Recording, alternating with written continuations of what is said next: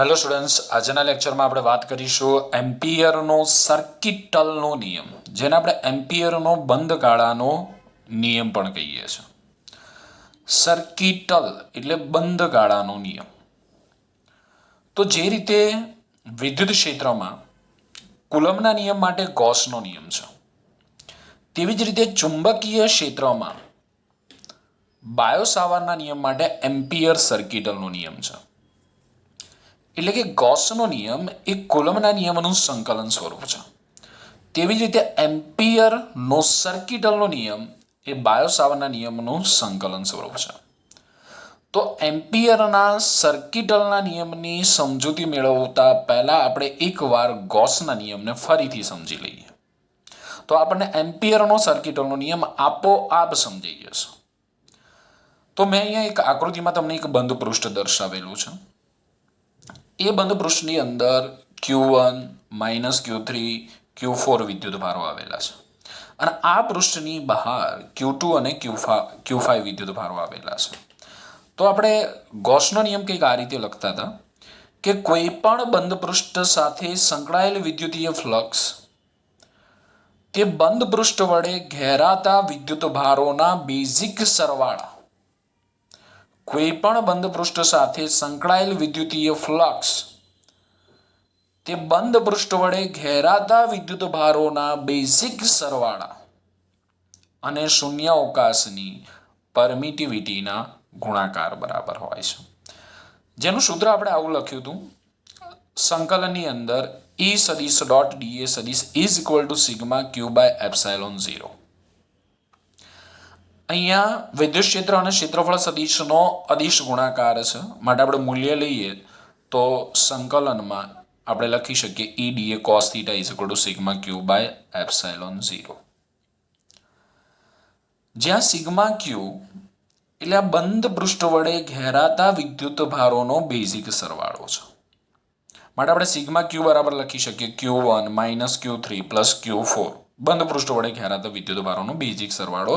આપણે આ પૃષ્ઠની બહાર આવેલા વિદ્યુત ભારોને ધ્યાનમાં લેતા નહોતા. ઓકે, અહીંયા સુધી ક્લિયર છે.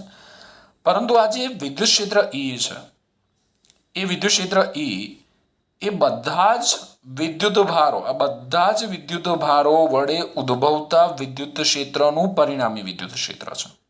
સિગ્મા ક્યુ શું છે? તો આ બંધ પૃષ્ઠ વડે ઘેરાતા વિદ્યુત ભારોનો બેઝિક સરવાળો છે. પરંતુ E શું છે?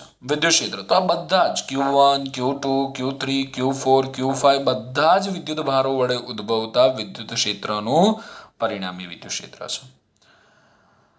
આપણે ગાઉસના નિયમની મદદથી સમમિતિ વિદ્યુતભાર વિતરણ વડે ઉદ્ભવતા વિદ્યુત ક્ષેત્ર સહેલાઈથી શોધી શકતા હતા. ગાઉસના નિયમની મદદથી આપણે સમમિત વિદ્યુતભાર વિતરણ વડે ઉદ્ભવતા વિદ્યુત ક્ષેત્ર સહેલાઈથી શોધી શકતા હતા. જેમાં આપણે ચેપ્ટર નંબર 1 ની અંદર ગાઉસના નિયમનો ઉપયોગ કરીને અનંત લંબાઈના તારથી r જેટલા લંબ અંતર આવેલા બિંદુએ ઉદ્ભવતા વિદ્યુત ક્ષેત્રનું સૂત્ર E is equal to 2k lambda by r મેળવ્યું. ગાઉસના નિયમનો ઉપયોગ કરીને આપણે અનંત વિસ્તારવાળા વિદ્યુતભારિત સમતલ વડે ઉદ્ભવતા વિદ્યુત ક્ષેત્રનું સૂત્ર E is equal to sigma by 2 epsilon 0 મેળવ્યું. અને આપણે ગાઉસના નિયમનો ઉપયોગ કરીને ગોળીય કવચની અંદર અને બહારના વિસ્તારમાં ઉદ્ભવતું વિદ્યુત ક્ષેત્રનું સૂત્ર મેળવ્યું. અને ગોળીય કવચની અંદર ઉદ્ભવતું વિદ્યુત ક્ષેત્ર 0 અને બહાર ઉદ્ભવતું વિદ્યુત ક્ષેત્ર QQ બાય r² આપણને મળે છે.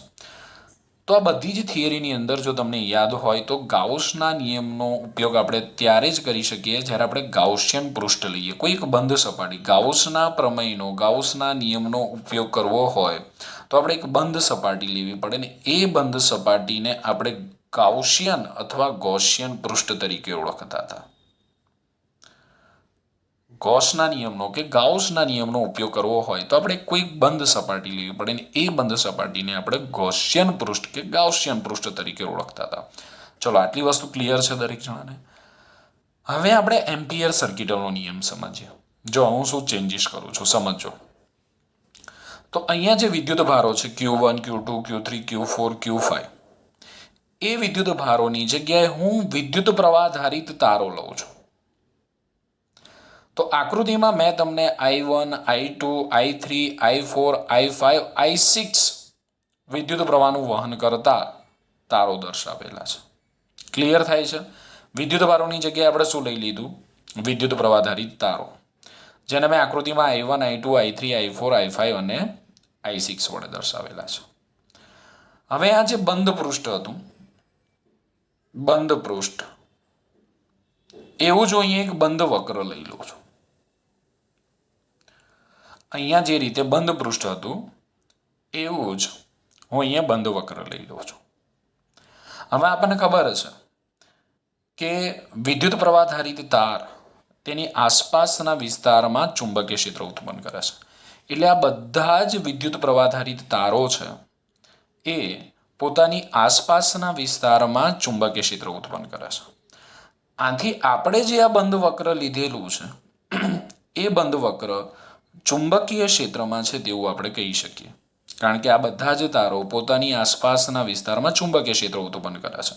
આથી આપણે જે આ બંધ વક્ર વિચારેલું છે એ ચુંબકીય ક્ષેત્રમાં છે એવું આપણે કહી શકીએ. તો ચુંબકીય ક્ષેત્રમાં કોઈ બંધ વક્ર પર આ રહ્યું ચુંબકીય ક્ષેત્ર, આ ચુંબકીય ક્ષેત્ર વિદ્યુત પ્રવાધારિત તારો વડે ઉત્પન્ન થાય છે. તો ચુંબકીય ક્ષેત્રમાં કોઈ બંધ વક્ર પરનું, આ રહ્યું બંધ વક્ર, બંધ વક્ર પરનું ચુંબકીય ક્ષેત્રનું રેખા સંકલન તે બંધ વક્ર વડે ઘેરાતા વિદ્યુત પ્રવાહોના બેઝિક સરવાળા અને શૂન્ય અવકાશની પરમિએબિલિટીના ગુણાકાર બરાબર હોય છે. ફરી એકવાર જુઓ, ચુંબકીય ક્ષેત્રમાં કોઈ બંધ વક્ર પરનું ચુંબકીય ક્ષેત્રનું રેખા સંકલન તે બંધ વક્ર વડે ઘેરાતા વિદ્યુત પ્રવાહોના બેઝિક સરવાળા અને શૂન્ય અવકાશની પરમિએબિલિટીના ગુણાકાર બરાબર હોય છે. એનું સૂત્ર આપણે આ રીતે લખી શકીએ, ક્લોઝ ઇન્ટિગ્રેશન. ક્લોઝ ઇન્ટિગ્રેશનની નિશાની આવી છે, બંધ વક્ર પરનું સંકલન, જેની નિશાની આ રીતની થાય. તો ક્લોઝ ઇન્ટિગ્રેશન B સદિશ ડોટ dl સદિશ is equal to μ0 sigma I. હવે અહીંયા આપણે એક શબ્દનો ઉપયોગ કર્યો, ચુંબકીય ક્ષેત્રનું રેખા સંકલન. હવે ચુંબકીય ક્ષેત્રનું રેખા સંકલન કોને કહેવાય? તો અહીંયા આપણે કોનું સંકલન કર્યું છે? વિદ્યુત ક્ષેત્રનું પૃષ્ઠ સંકલન કર્યું છે. વિદ્યુત ક્ષેત્રનું પૃષ્ઠ સંકલન કરીએ તો આપણને ફ્લક્સ મળે. તો વિદ્યુત ક્ષેત્રનું પૃષ્ઠ સંકલન એટલે શું? તો વિદ્યુત ક્ષેત્રનું પૃષ્ઠ સંકલન એટલે વિદ્યુત ક્ષેત્રમાં કોઈ પૃષ્ઠ પર વિદ્યુત ક્ષેત્રનું પૃષ્ઠ સંકલન એટલે આપણે એને વિદ્યુત ક્ષેત્રનું પૃષ્ઠ સંકલન કહીએ છીએ. અથવા કન્ફ્યુઝ થયા હોય તો એકદમ સિમ્પલ રીતે કહી દઉં કે તમને એમ થાય કે સાહેબ શું પૃષ્ઠ સંકલન કહી દો. એકદમ સિમ્પલ, વિદ્યુત ક્ષેત્ર E અને ક્ષેત્રફળ સદિશ dA ના અદિશ ગુણાકારને આપણે વિદ્યુત ક્ષેત્રનું પૃષ્ઠ સંકલન કહીએ છીએ. એકદમ સિમ્પલ ડેફિનેશન. વિદ્યુત ક્ષેત્રનું પૃષ્ઠ સંકલન એટલે શું?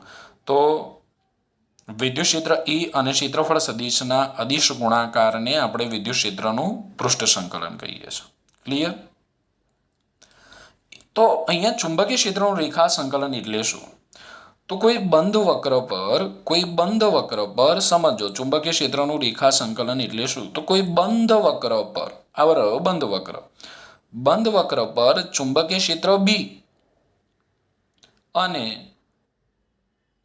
સદિશ રેખાખંડ dl, ચુંબકીય ક્ષેત્ર B અને સદિશ રેખાખંડ dl ના અદિશ ગુણાકારને આપણે ચુંબકીય ક્ષેત્રનું રેખા સંકલન કહીએ છીએ. ફરી એકવાર કહું છું કે કોઈ બંધ વક્ર પર ચુંબકીય ક્ષેત્ર B અને રેખાખંડ ના અદિશ ગુણાકારને આપણે ચુંબકીય ક્ષેત્રનું રેખા સંકલન કહીએ છીએ. તો અહીંયા ચુંબકીય ક્ષેત્ર B કોના વડે ઉત્પન્ન થાય છે? વિદ્યુત પ્રવાધારિત તારો વડે ઉત્પન્ન થાય છે. આ વક્ર પર હું એક નાનો રેખાખંડ લઉં છું જેની લંબાઈ કેટલી છે? dl છે. આ લંબાઈ અતિ સૂક્ષ્મ હોવાથી આપણે આ રેખાખંડને સદિશ વડે દર્શાવી શકીએ. એટલે મેં આ રેખાખંડને dl સદિશ વડે દર્શાવેલો છે અને એની દિશા તે બિંદુ પાસે દોરેલા સ્પર્શકની દિશામાં હોય, એટલે કે આ દિશામાં હોય. તો હવે તમને ચુંબકીય ક્ષેત્રનું રેખા સંકલનનો અર્થ સમજાય છે કે કોઈ બંધ વક્ર પર ચુંબકીય ક્ષેત્ર B અને સદિશ રેખાખંડના અદિશ ગુણાકારને ચુંબકીય ક્ષેત્રનું રેખા સંકલન કહે છે. તો એમ્પિયરનો સર્કિટલનો નિયમ આપણને શું આપે છે કે કોઈ બંધ વક્ર પર ચુંબકીય ક્ષેત્રનું રેખા સંકલનનું મૂલ્ય કેટલું હોય એ આપણે એમ્પિયરના સર્કિટલના નિયમની મદદથી જાણી શકીએ છીએ. કોઈ બંધ વક્ર પર ચુંબકીય ક્ષેત્રના રેખા સંકલનનું મૂલ્ય કેટલું હોય તે આપણે એમ્પિયરના સર્કિટલના નિયમની મદદથી જાણી શકાય છે. તો આ ચુંબકીય ક્ષેત્રના રેખા સંકલનનું મૂલ્ય આ બંધ વક્ર વડે ઘેરાતા વિદ્યુત પ્રવાહોના બેઝિક સરવાળા અને શૂન્યાવકાશની પરમિએબિલિટીના ગુણાકાર જેટલું હોય છે. હવે તમે બંને સૂત્રોની સરખામણી કરો તો વિદ્યુત ક્ષેત્ર માટે આપણે ગોસનો નિયમ લખ્યો તો અહીંયા વિદ્યુત ક્ષેત્ર E હતું. ચુંબકીય ક્ષેત્ર માટે આપણે એમ્પિયર સર્કિટલનો નિયમ લખીએ તો અહીંયા ચુંબકીય ક્ષેત્ર B છે. અહીંયા પૃષ્ઠ સંકલન હતું એટલે dA સદિશ છે. અહીંયા રેખા સંકલન હતું એટલે dl સદિશ છે. અહીંયા વિદ્યુત ભારોનો બેઝિક સરવાળો હતો, અહીંયા વિદ્યુત પ્રવાહનો બેઝિક સરવાળો છે. અહીંયા શૂન્યાવકાશની પરમિટિવિટી હતી, અહીંયા શૂન્યાવકાશની પરમિએબિલિટી છે. ક્લિયર થાય છે? તો ગોસના નિયમના આધારે તમે એમ્પિયર સર્કિટલનો નિયમ બહુ જ સરળતાથી સમજી શકો છો. ક્લિયર? સૂત્ર યાદ રહેશે, ક્લોઝ ઇન્ટિગ્રેશન B સદિશ ડોટ dl સદિશ is equal to μ0 sigma i. હવે આપણે મૂલ્ય લઈએ તો આ રીતે લખી શકીએ, close integration B dl cos theta is equal to μ0 sigma i. જે રીતે અહીંયા સિગ્મા ક્યુ એ બંધ પૃષ્ઠ વડે ઘેરાતા વિદ્યુત ભારોનો બેઝિક સરવાળો હતો, એ જ રીતે અહીંયા સિગ્મા આઈ આ બંધ વક્ર વડે ઘેરાતા વિદ્યુત પ્રવાહનો બેઝિક સરવાળો. તો બંધ વક્ર વડે ઘેરાતા વિદ્યુત પ્રવાહધારિત તારો કયા છે? તો બંધ વક્ર વડે ઘેરાતા, ફરીથી કહું છું, સિગ્મા આઈ બંધ વક્ર વડે ઘેરાતા વિદ્યુત પ્રવાહધારિત તારોનો બેઝિક સરવાળો. તો બંધ વક્ર વડે કયા કયા તારો ઘેરાય છે? જો I2, I3, I4, I5, I1 અને I6 એ બંધ વક્રની બહાર આવેલા છે. આથી આપણે એને ગણતરીમાં લઈશું નહીં. હવે અહીંયા તમે જો તો આ જે કેટલાક તાર છે એમાંથી વિદ્યુત પ્રવાહ બહારની દિશામાં વહે છે, કેટલાક તાર છે એમાંથી વિદ્યુત પ્રવાહ અંદરની દિશામાં વહે છે. એટલે કે આજે આપણે બંધ વક્ર લીધું છે, એ બંધ વક્ર વડે જે ઘેરાતા તાર છે એ તારમાંથી વિદ્યુત પ્રવાહ બહારની દિશામાં, કેટલાક તારમાં વિદ્યુત પ્રવાહ અંદરની દિશામાં જાય છે. તો સંજ્ઞા પ્રણાલી નક્કી કરવા માટેનો નિયમ છે, પણ આપણે આપણી રીતે અહીંયા નક્કી કરી નાખીએ છીએ કે બહાર જતા વિદ્યુત પ્રવાહોને આપણે ધન લઈ લઈએ અને અંદર વક્રમાંથી બહાર આવતા વિદ્યુત પ્રવાહને આપણે ધન લઈ લઈએ અને વક્રની અંદર દાખલ થતા વિદ્યુત પ્રવાહને આપણે નેગેટિવ લઈ લઈએ. આપણી રીતે સંજ્ઞા પ્રણાલી. આના કરતાં ઉલટી સંજ્ઞા પ્રણાલી લઈશું તો પણ કોઈ જ ફરક પડવાનો નથી. ધારો કે તમે બંધ વક્રમાંથી બહાર આવતા વિદ્યુત પ્રવાહને નેગેટિવ લઈ લો અને વક્રમાં દાખલ થતા પ્રવાહને પોઝિટિવ લઈ લો, કોઈ જ ફરક પડવાનો નથી.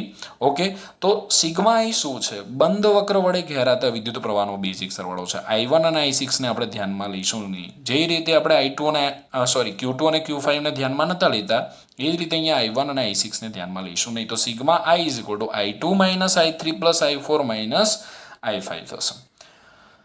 બી શું છે? તો બી એ બધા જ વિદ્યુત પ્રવાહધારિત તાર એટલે કે I1, I2, I3, I4, I5, I6 વડે ઉદ્ભવતા ચુંબકીય ક્ષેત્રનું પરિણામી ચુંબકીય ક્ષેત્ર છે.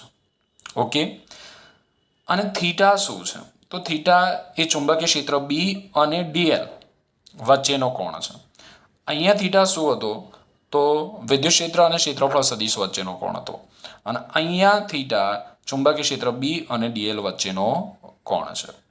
જે રીતે આપણે ગૌસના નિયમનો ઉપયોગ કરીને સમમિત વિદ્યુત ભાર વિતરણનું વિદ્યુત ક્ષેત્ર શોધી શકતા હતા, તેવી જ રીતે આપણે એમ્પિયર સર્કિટલના નિયમનો ઉપયોગ કરીને સમમિત વિદ્યુત પ્રવાહ વિતરણ વડે ઉદ્ભવતું ચુંબકીય ક્ષેત્ર શોધીશું. તો આપણે એમ્પિયર સર્કિટલના નિયમનો ઉપયોગ કરીને ફર્સ્ટ અનંત લંબાઈના તાર વડે ઉદ્ભવતા ચુંબકીય ક્ષેત્રનું સૂત્ર મેળવીશું. સોલેનોઇડ વડે ઉદ્ભવતા ચુંબકીય ક્ષેત્રનું સૂત્ર મેળવીશું. ટોરોઇડ વડે ઉદ્ભવતા ચુંબકીય ક્ષેત્રનું સૂત્ર મેળવીશું. પરંતુ એમ્પિયર સર્કિટલના નિયમનો ઉપયોગ કરીને જો તમારે ચુંબકીય ક્ષેત્ર શોધવું હોય તો જે રીતે તમે ગૌસિયન પૃષ્ઠ લેતા હતા એ જ રીતે તમારે અહીં એમ્પિરિયન લૂપ લેવું પડે. ઉદાહરણ તરીકે એક વિદ્યુત પ્રવાહધારિત તાર છે અને એ તારથી મારે આર અંતરે આવેલા પી બિંદુ પાસે ચુંબકીય ક્ષેત્ર શોધવું છે. જો મારે એમ્પિયર સર્કિટલના નિયમનો ઉપયોગ કરીને પી બિંદુ પાસે ઉદ્ભવતું ચુંબકીય ક્ષેત્ર શોધવું હોય તો આ તારને અક્ષ તરીકે લઈ મારે ઓ કેન્દ્ર અને આર ત્રિજ્યાવાળું બંધ વક્ર વિચારવું પડે, જેને આપણે કહીએ છીએ એમ્પિરિયન લૂપ, જેને આપણે કહીશું એમ્પિરિયન લૂપ કહીશું. ઓકે, તો જે રીતે આપણે ગૌસના નિયમનો ઉપયોગ કરવા માટે ગૌસિયન પૃષ્ઠ લેતા હતા, એ જ રીતે આપણે એમ્પિયરના સર્કિટલના નિયમનો ઉપયોગ કરવા માટે એમ્પિરિયન લૂપ લઈશું. હવે જુઓ, ધારો કે આપણે ઓ કેન્દ્રના આર ત્રિજ્યાવાળું વર્તુળાકાર લૂપ વિચારેલું છે. તો આ લૂપની લંબાઈ કેટલી થાય? તો લૂપની ત્રિજ્યા છે આર, તો આ લૂપની લંબાઈ થાય 2πr. લૂપની લંબાઈ થશે 2πr.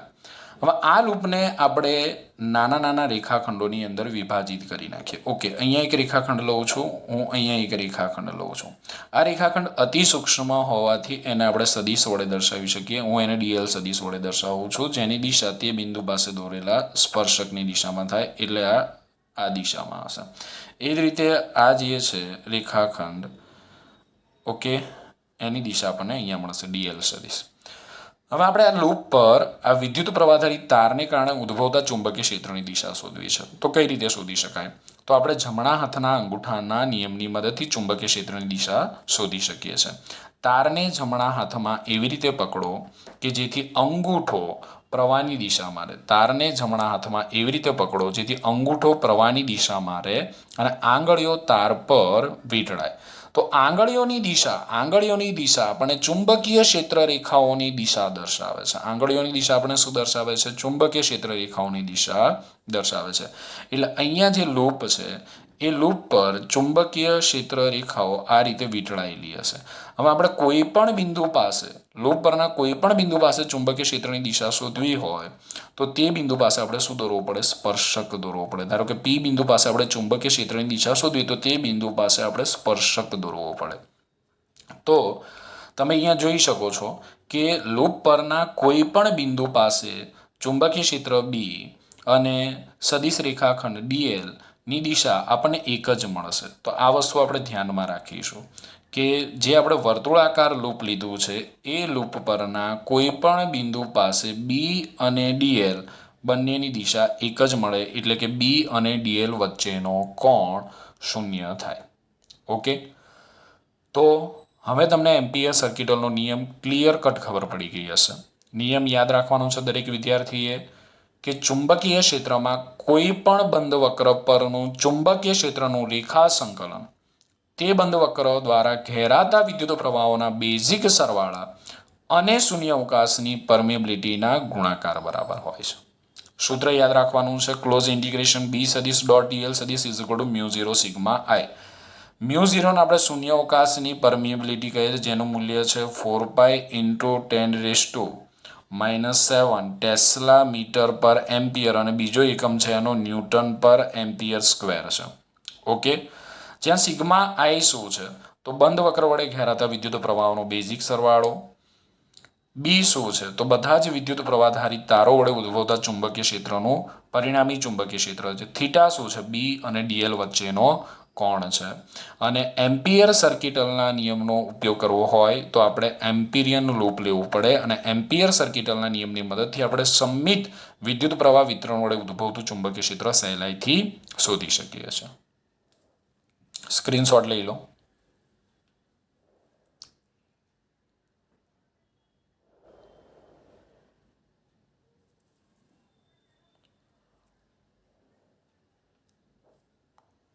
હવે આપણને બુકમાં જે પ્રમાણે એમ્પિયર સર્કિટલનો નિયમ એટલે કે એમ્પિયરનો બંધગાળાનો નિયમ સમજાવેલો છે એ પ્રમાણે આપણે થિયરી જોઈએ. તો આપણી બુકની અંદર આપણને આ રીતની એક આકૃતિ આપેલી છે. આ આકૃતિના આધારે મેં અહીંયા પહેલો મુદ્દો લખેલો છે કે આકૃતિમાં દર્શાવ્યા મુજબ સીમા રેખા ધરાવતી ખુલ્લી સપાટી ધ્યાનમાં લો. સીમા રેખા ધરાવતી મુક્ત કે ખુલ્લી સપાટી ધ્યાનમાં લો. ઘણા વિદ્યાર્થીનો પ્રશ્ન થાય છે આ સીમા રેખા એટલે શું? તો સીમા રેખા એટલે પરિઘ. સીમા રેખા એટલે પરિઘ ધરાવતી, પરિમિતિ ધરાવતી મુક્ત ખુલ્લી સપાટી ધ્યાનમાં લો. તો તમને પ્રશ્ન થાય કે સાહેબ એવી કેવી સપાટી કે જે પરિઘ ધરાવતી હોય? બરાબર, સીમારેખા ધરાવતી હોય. ચલો તમને ખબર પડે એટલે મેં એવી એક સપાટી મેં તમને અહીંયા દર્શાવેલી છે. જો બરાબર છે, આ જે સપાટી છે એ સપાટીને આપણે સીમારેખા કે પરિઘ કે પરિમિત ધરાવતી ખુલ્લી સપાટી ગણી શકીએ. ઓકે, તો પહેલો મુદ્દો ક્લિયર થાય છે. સીમારેખા એટલે કે પરિઘ, પરિમિતિ ધરાવતી ખુલ્લી સપાટી ધ્યાનમાં લો. એવી સપાટી મેં તમને અહીંયા જે દર્શાવેલી છે એવી આપણે વિચારી શકીએ. બીજો મુદ્દો શું કીધો છે? તો બીજો મુદ્દો કીધો છે કે આ જે સપાટી છે એ સપાટીમાંથી વિદ્યુત પ્રવાહ પસાર થાય છે. એટલે આ જે સપાટી છે ને એ સપાટીમાંથી આ રીતે વિદ્યુત પ્રવાહ પસાર થાય છે. ઓકે, તો આકૃતિ સમજાઈ ગઈ. સૌથી પહેલો પહેલો મુદ્દો આકૃતિમાં દર્શાવ્યા મુજબ સીમારેખા ધરાવતી ખુલ્લી સપાટી ધ્યાનમાં લો. આ સપાટીમાંથી વિદ્યુત પ્રવાહ પસાર થાય છે. તો આ જે સપાટી છે એ સપાટીમાંથી આ રીતે વિદ્યુત પ્રવાહ પસાર થાય છે. હવે આ સપાટીને આપણે અતિ સૂક્ષ્મ રેખાખંડો ડીએલ લંબાઈના અતિ સૂક્ષ્મ રેખાખંડોની બનેલી વિચારી શકીએ. ઓકે, તો સપાટી વિશે 3 મુદ્દા યાદ રહી ગયા. જો આપણે તૈયાર પણ જોડે જોડે કરતા જઈએ. સૌથી પહેલો મુદ્દો આકૃતિમાં દર્શાવ્યા મુજબ સીમારેખા ધરાવતી મુક્ત સપાટી ધ્યાનમાં લો. આ સપાટીમાંથી વિદ્યુત પ્રવાહ પસાર થાય છે. આ સપાટીને આપણે અતિ સૂક્ષ્મ રેખાખંડોની બનેલી વિચારી શકીએ. હવે આ સપાટી પર ચોથો મુદ્દો ધ્યાન આપજો. આ સપાટી પર ડીએલ લંબાઈનો એક સૂક્ષ્મ રેખાખંડ ધ્યાનમાં લો. ચલો મેં અહીંયા તમને આકૃતિમાં આ સપાટી પર ડીએલ લંબાઈનો એક અતિ સૂક્ષ્મ રેખાખંડ દર્શાવેલો છે. ઓકે, 4 મુદ્દા ક્લિયર થાય છે. પહેલો, સપાટી ધ્યાનમાં લો. સપાટીમાંથી વિદ્યુત પ્રવાહ પસાર થાય છે. આ સપાટી અતિ સૂક્ષ્મ રેખાખંડોની બનેલી વિચારી શકાય. આ સપાટી પર એક અતિ સૂક્ષ્મ રેખાખંડ ધ્યાનમાં લો જે મેં અહીંયા આકૃતિમાં દર્શાવેલો છે. ઓકે, હવે જો આગળનો મુદ્દો, આ રેખાખંડ માટે ચુંબકીય ક્ષેત્રનો સ્પર્શીય ઘટક બીટી લઈ તેની સાથે રેખાખંડની લંબાઈ ડીએલનો ગુણાકાર કરીએ. હવે આપણે જે રેખાખંડ લીધો છે એ રેખાખંડ પાસે ચુંબકીય ક્ષેત્રનો એક સ્પર્શીય ઘટક બીટી લઈ તેની સાથે આ રેખાખંડની લંબાઈનો આપણે ગુણાકાર કરીએ. હવે આપણે જે સપાટી લીધી છે એ સપાટી પર આપણે ચુંબકીય ક્ષેત્રની દિશા શોધવી હોય તો કઈ રીતે શોધી શકાય? તો આ સપાટી પર આપણે ચુંબકીય ક્ષેત્રની દિશા જમણા હાથના અંગૂઠાના નિયમની મદદથી શોધી શકાય. તો જમણા હાથનો અંગૂઠાનો નિયમ આપણે કઈ રીતે ઉપયોગ કરીશું? જો તારને બરોબર જમણા હાથમાં એવી રીતે પકડો કે જેથી અંગૂઠો વિદ્યુત પ્રવાહની દિશા મારે. તારને જમણા હાથમાં એવી રીતે પકડો કે જેથી અંગૂઠો વિદ્યુત પ્રવાહની દિશા મારે અને આંગળીઓ તાર પર વીંટળાય. તો અહીંયા તમે જોઈ શકો છો જે સપાટી છે એ સપાટી પર ચુંબકીય ક્ષેત્રની દિશા આ રીતે એન્ટી ક્લોકવાઇઝ એટલે કે વિષમ ઘડી દિશામાં છે. હવે જો સપાટીની નીચે તમે જુઓ તો સપાટીની નીચે ચુંબકીય ક્ષેત્ર રેખાઓ આ દિશામાં છે, જે મારી આંગળીઓ છે ને એ દિશામાં છે. તો જો મેં અહીંયા આપણી જે સપાટી છે ને આ રહી સપાટી, એ સપાટી નીચેની સપાટી પર તમે જો વિદ્યુત પ્રવાહની દિશા ચુંબકીય ક્ષેત્રની દિશા આમ છે અને હવે હું આંગળીઓને વાળું એટલે સપાટીના ઉપરના ભાગમાં આવું. જો સપાટીના ઉપરના ભાગમાં આવ્યા તો અહીંયા ચુંબકીય ક્ષેત્રની દિશા તમને દેખાય છે આ દિશામાં છે એ આ. ઓકે, આકૃતિ ખબર પડી. સપાટીની નીચે ચુંબકીય ક્ષેત્ર આ દિશામાં છે બરાબર, એટલે આ સપાટીનો નીચેનો ભાગ છે અને સપાટીની ઉપર ચુંબકીય ક્ષેત્ર રેખાઓ આ રીતે છે એટલે આ સપાટીનો ઉપરનો ભાગ છે. મેં અહીંયા લખેલું છે એટલે તમને ખબર પડે કે નીચેની સપાટી બરાબર ચુંબકીય ક્ષેત્ર રેખાઓ આ દિશામાં, ઉપરની સપાટી ચુંબકીય ક્ષેત્ર રેખાઓ આ દિશામાં છે. ચલો ક્લિયર થઈ ગયું. હવે આ તો ચુંબકીય ક્ષેત્ર રેખાઓની દિશા થઈ. આપણે ચુંબકીય ક્ષેત્રની દિશા શોધવી હોય તો શું કરવું પડે? તો ચુંબકીય ક્ષેત્રની દિશા શોધવી હોય તો આ સપાટી પર કોઈ પણ બિંદુ પાસે આપણે શું દોરવો પડે? સ્પર્શક દોરવો પડે. એટલે એ જે સ્પર્શક છે ને એ સ્પર્શક આપણને ચુંબકીય ક્ષેત્રની દિશા દર્શાવે છે. તો મારે અહીંયા ચુંબકીય ક્ષેત્રની દિશા શોધવી હોય તો મારે અહીંયા આ સપાટી બરાબર આ બિંદુ પાસે સ્પર્શક દોરવો પડે જે મને ચુંબકીય ક્ષેત્રની દિશા દર્શાવે છે. એટલે આપણે અહીંયા શું લખ્યું છે? ચુંબકીય ક્ષેત્રનો સ્પર્શીય ઘટક. કારણ કે ચુંબકીય ક્ષેત્ર એ સપાટી પરના જે તે બિંદુ પાસે દોરેલા સ્પર્શકની દિશામાં છે. આથી આપણે ચુંબકીય ક્ષેત્રનો સ્પર્શીય ઘટક લીધો છે. એ જ રીતે આપણે જે આ રેખાખંડ દર્શાવેલો છે એ અતિ સૂક્ષ્મ હોવાથી એને સદિશ વડે દર્શાવી શકાય. આથી એની પણ દિશા તે બિંદુ પાસે દોરેલા સ્પર્શકની દિશામાં હોય. આમ સપાટી પર કોઈ પણ બિંદુ પાસે તમે ચુંબકીય ક્ષેત્ર બી કે પછી સૂક્ષ્મ રેખાખંડ ડીએલ ની દિશા શોધો તો તમને એક જ દિશામાં મળે. બરાબર, આ બિંદુ પાસે ચુંબકીય ક્ષેત્ર, તે બિંદુ પાસે દોરેલા સ્પર્શકની દિશામાં, આ બિંદુ પાસે એક રેખાખંડ લઈએ તો એ રેખાખંડની દિશા પણ ચુંબકીય ક્ષેત્ર બીની દિશા મળે. આમ દરેક બિંદુ પાસે ચુંબકીય ક્ષેત્ર બી અને રેખાખંડ ડીએલની લંબાઈ આપણને એક જ દિશામાં મળે. ચલો, આ મુદ્દો ક્લિયર થઈ ગયો. કયો મુદ્દો? કે આ રેખાખંડ માટે ચુંબકીય સ્પર્શીય ઘટક બીટી લઈ તેની સાથે રેખાખંડની લંબાઈ ડીએલનો ગુણાકાર કરીએ. તો ગુણાકાર કરીએ તો આપણને શું મળ્યું? બીટી ઇન્ટુ ડીએલ મળ્યું. બરાબર છે. તો બીટી ઇન્ટુ ડીએલ બરાબર મેં શું લખ્યું? બી સદિશ ઇન્ટુ ડીએલ સદિશ લખ્યું. હવે ચુંબકીય ક્ષેત્ર કેવી રાશિ છે? સદિશ રાશિ છે. અહીંયા આપણે જે રેખાખંડ દર્શાવેલો છે અતિ સૂક્ષ્મ હોવાથી આપણે એને સુરેખ ગણી સદિશ વડે દર્શાવી શકીએ. હવે તમને પ્રશ્ન થાય, સાહેબ તમે અહીંયા અદિશમાંથી આવો, અહીંયા જે બંને રાશિઓ પર સદિશની નિશાની નથી, હવે બંને રાશિઓ પર સદિશની નિશાની કરીને અદિશ ગુણાકાર કેમ લઈ લીધો? જો એનું કારણ સમજો તો બી ઇન્ટુ ડીએલ, આનું મૂલ્ય લઉં તો શું થાય? બી ડીએલ કોસ થીટા થાય. અને તમને મેં હમણાં જ સમજાવ્યું કે લૂપ પરના દરેક બિંદુ પાસે બી અને ડીએલ એક જ દિશામાં હોવાથી બંને વચ્ચેનો કોણ થીટા કેટલો થાય? બંને વચ્ચેનો કોણ થીટા 0 થાય. તો બી ડીએલ કોસ 0 માટે આપણને મળે શું? બી ડીએલ. એટલા માટે આપણે અહીંયા બીટીડીએલ છે એની જગ્યાએ આપણે અહીંયા શું લખેલું છે? બી ઇન્ટુ ડીએલ લખ્યું છે. ચલો, આ ખબર પડી ગઈ. આ સ્ટેપની અંદર બીટીડીએલ ઇઝ ઇક્વલ ટુ બી સદિશ ડોટ ડીએલ સદિશ. આગળનો મુદ્દો જોઈએ. આમાં બધા જ ગુણાકારોનો સરવાળો કરવામાં આવે. આવા બધા જ ગુણાકારો બી સદિશ ડોટ ડીએલ સદિશ ગુણાકારોનો સરવાળો કરવામાં આવે તો સરવાળો શેમાં પરિણામે? તો એ સરવાળો સંકલનમાં પરિણામે છે. ઓકે, બસ આટલું જ આ થિયરીની અંદર સમજવાનું હતું. બરાબર છે. આ જે આકૃતિ છે એ આકૃતિ આપણે આના આધારે સમજી શકીએ છીએ. અહીંયા સુધી મુદ્દા ક્લિયર છે? ફરી એકવાર ધ્યાન આપો. આકૃતિમાં દર્શાવ્યા મુજબ એક સપાટી ધ્યાનમાં લો. આ સપાટીમાંથી પ્રવાહ પસાર થાય છે.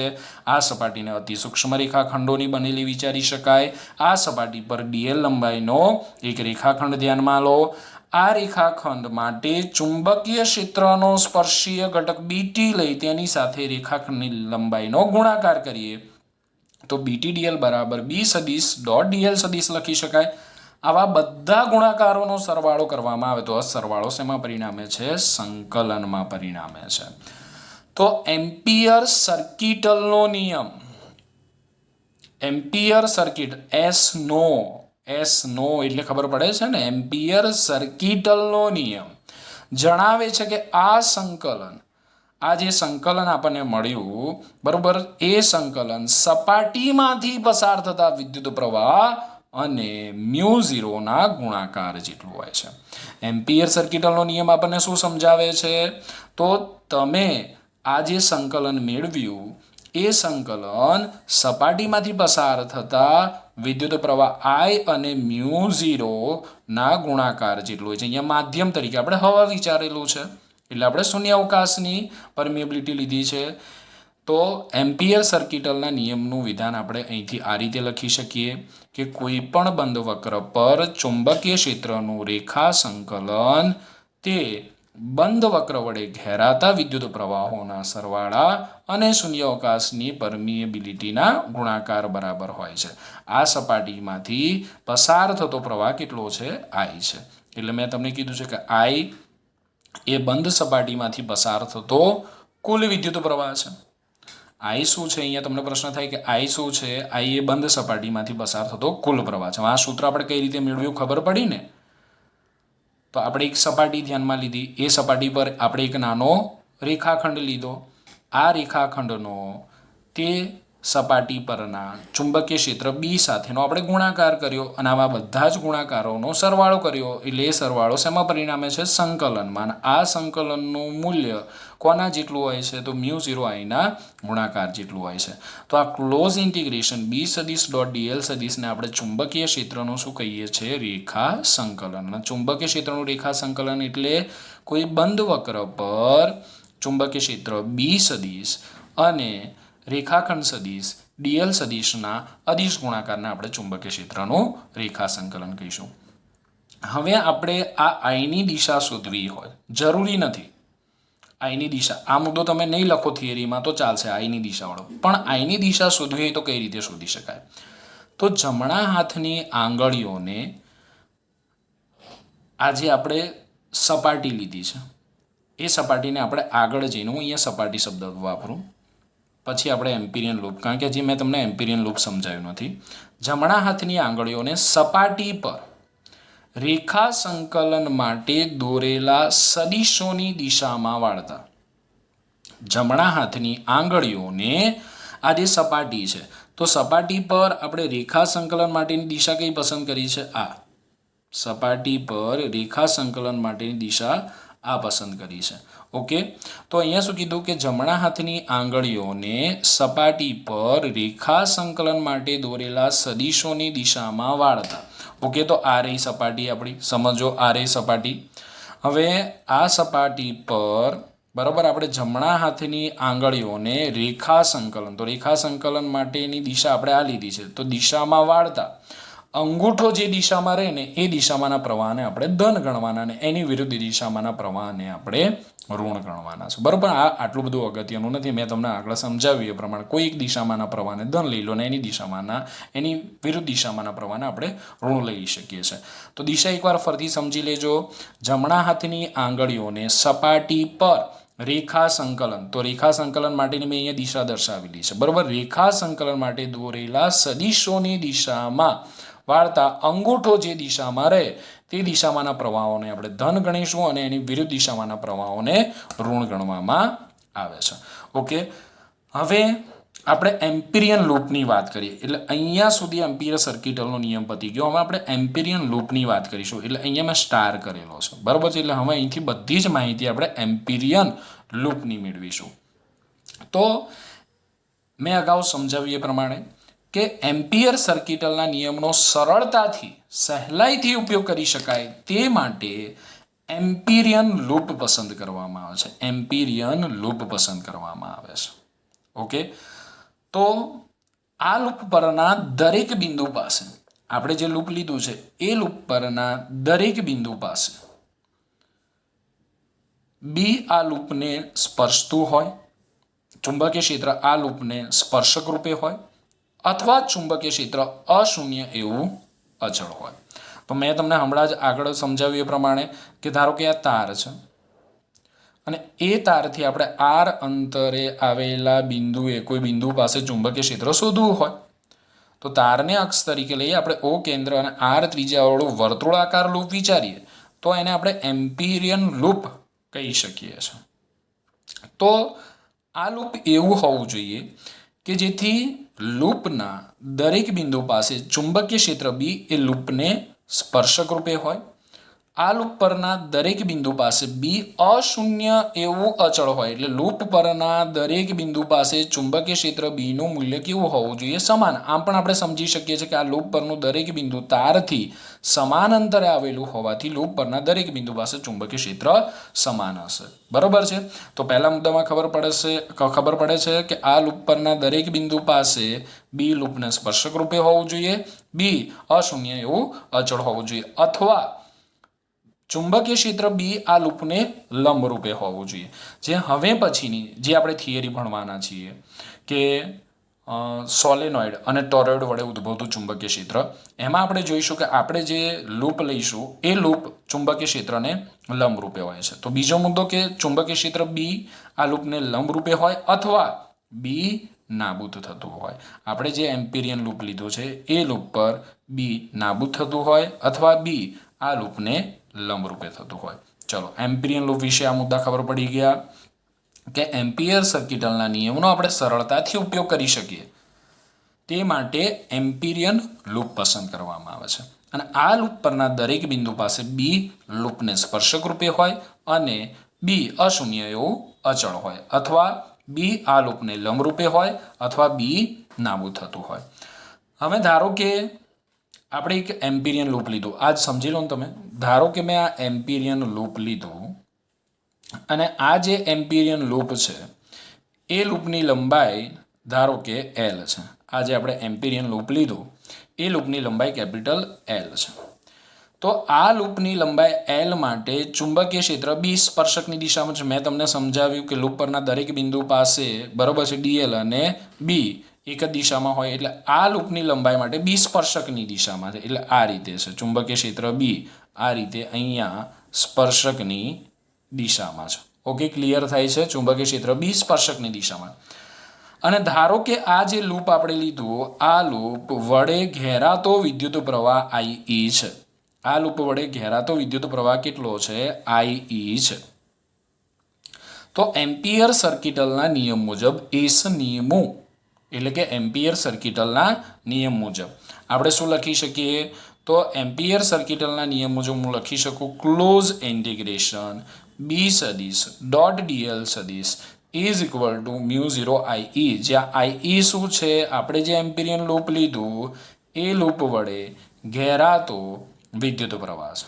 ઓકે, હવે આપણે આ રીતે લખી શકીએ close integration B DL cos 0. કેમ કોસ 0? કારણ કે લૂપ પરના દરેક બિંદુ પાસે બી અને ડીએલ એક જ દિશામાં હોવાથી કોસ થીટા. તો થીટામાં એંગલ કેવો થશે? 0, કારણ કે બી અને ડીએલ એક જ દિશામાં છે માટે કોસ થીટાની જગ્યાએ આપણે શું લખેલું છે? કોસ 0. ખબર પડી કે ના પડી? લૂપ પરના દરેક બિંદુ પાસે બી અને ડીએલ એક જ દિશામાં હશે માટે બી અને ડીએલ વચ્ચેનો કોણ 0 થશે માટે મેં અહીંયા કોસ 0 લખ્યું છે. પણ કોસ 0ની વેલ્યુ કેટલી? 1 થશે. બરાબર છે. બી લૂપ પરના દરેક બિંદુ પાસે બીનું મૂલ્ય કેવું હોવું જોઈએ? અચળ. એટલે આપણે બીને સંકલનની બહાર લઈ લીધો. તો સંકલનની અંદર શું રહ્યું? ડીએલ. તો આ જે લૂપ છે એ લૂપ પર જે નાના રેખાખંડો આવેલા છે એ બધા જ રેખાખંડોની લંબાઈનો સરવાળો કરીએ તો લૂપની આપણને ટોટલ લંબાઈ મળે જે આપણે કેટલી લીધી હતી? એલ. એટલે આપણે ક્લોઝ ઇન્ટિગ્રેશન ડીએલ બરાબર મેં અહીંયા શું લખ્યું છે? એલ લખ્યું છે. માટે આપણે લખી શકીએ BL is equal to mu 0 આઈ. અને જો આ લૂપની ત્રિજ્યા આર હોય તો એલ બરાબર 2πr થાય. બરાબર છે? એલ બરાબર 2πr થાય. હું અહીંયા આવી જાઉં જરા. તો આપણે શું લખી શકીએ? B into 2πr is equal to mu 0 I. તો આપણને આ તાર વડે ઉદ્ભવતા ચુંબકીય ક્ષેત્રનું સૂત્ર મળી જાય જે હવે પછીના લેક્ચરમાં આપણે જોઈશું. ઓકે, તો પરીક્ષામાં પૂછાય તો આ પ્રમાણે આ થિયરી લખવાની. મોસ્ટ આઈએમપી થિયરી છે. એમ્પિયર સર્કિટલનો નિયમ સમજાવો. આ થિયરી પાછળ મેં બહુ જ મહેનત કરી છે જેને કારણે આ ચેપ્ટરમાં આપણે થોડા ડીલે થઈ ગયા છીએ.